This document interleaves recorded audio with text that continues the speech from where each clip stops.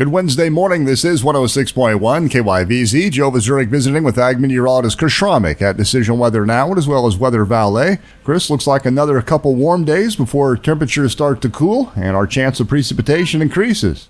Yeah, Joe, we're going to see a big pattern change once we get to the weekend and next week, the end of the month of August, where we're going to have this high pressure ridge that's been over the southern U.S. and particularly over the Rockies. Today it's sitting over the Rockies, continues to have us out here in front of it under a high pressure surface system that will eventually tomorrow be pushed out of the area, and that ridge to the west will amplify over us. So that will continue to lead, like you said, to a couple more hotter days. We're going to see temperatures today in the lower 90s, tomorrow going into the mid to upper 90s, and then on Friday, we're going to see temperatures still hot. They're going to reach in that 90 to 95 degree range during the day, and as that trough deepens over the Great Lakes, it's eventually going to backdoor a cold front into the plains area and eventually up into southeast Colorado and southwest Kansas as we head through the weekend and start next week.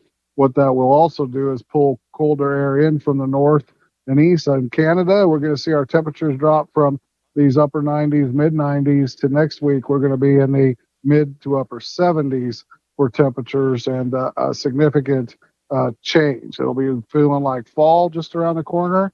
And as far as rainfall goes, we're probably going to be out of these isolated thunderstorms. As you noticed yesterday, they were over in the Norton area, Arapahoe up in Nebraska, Hill City. Today, that gets even pushed further to the east, those chances, and we're going to be influenced by this high pressure.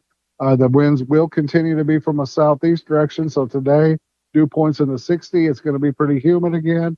Tomorrow, they'll be in the 50s, so it's going to feel a little less humid.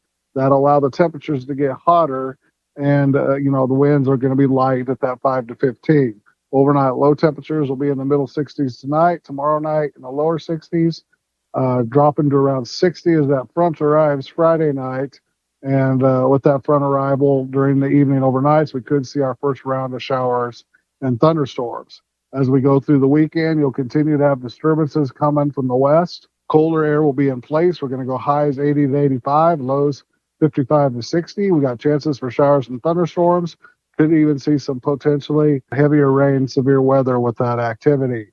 As we go into Monday, Tuesday, Wednesday, those temperatures will be in the 70s. Overnight lows in the 50s. We'll continue to have more of a cloudy or rainy upslope type days in store there. We'll continue to have the light showers, maybe not as much thunderstorm. Computers are suggesting, however, through this 5-day period, Saturday through Wednesday, we could see 1 to 2 inches, maybe locally 3-4 inches down there on south of Highway 40 and along Highway 50. And ending the month on a wet note where we had 4 inches in June, 4 inches in July, we may see 4 and 5 inches of rainfall ending the month of August and continuing since Memorial Day, a pretty wet forecast where we've reversed kind of the drought conditions across the state, have some pretty good fall crops in areas that got the rain, different summer than we typically have seen with these drier and hotter years in the 2000s. Once again, that's Ag meteorologist Chris Schromick at Decision Weather Now, as well as WeatherValet for 106.1 KYVZ. I'm Joe Vazurek.